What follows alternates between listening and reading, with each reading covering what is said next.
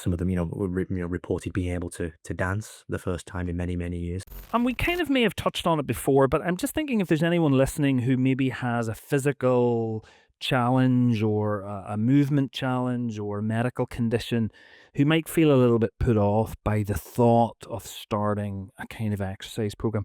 Would you have any messages for that person who's listening?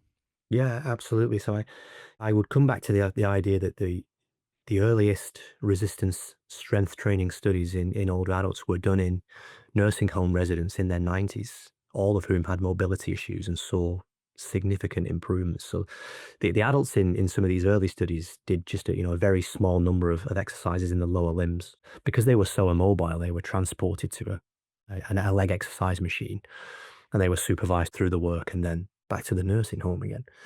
Um, and the benefits were enormous in terms of the improvements in muscle size, strength, and actually the ability to remove their physical mobility aid from their lives. A high proportion of these older adults didn't need the walking stick, the frame.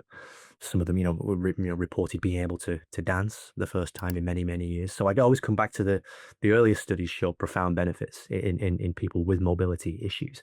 Now, how does that translate to the real world? I think what we've spoken about so far involves people being able to rise and move their own body weight, and that might not always be possible. There are a whole range of resistance exercises you can do from a chair, so that can be a wheelchair or a chair, the armchair. So again, just incorporating it could be using a ball, a dumbbell, a band to introduce some form of resistance. Again, lower body, upper body. There are a whole range of different things that can be done without ever having to leave the chair. Of course, the idea is, as always, that should be progressive, week on week.